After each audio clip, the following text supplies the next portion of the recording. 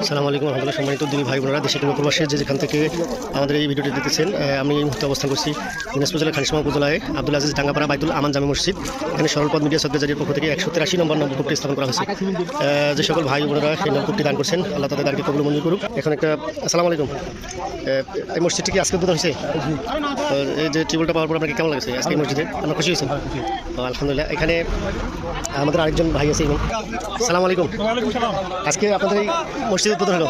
জি, আমাদের টিউবওয়েলটা পেয়েছি, ইনশাআল্লাহ এখন উঁচু করার দরকার। তারপরে মসজিদের কাজকর্মের দরকার, বহুত কিছু দরকার এখন।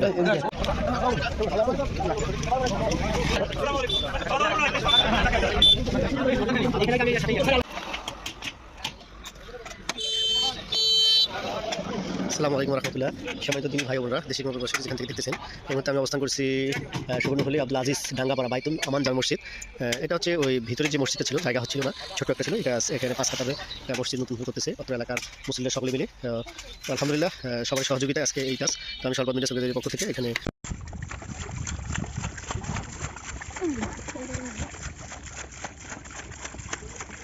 ভিডিও তো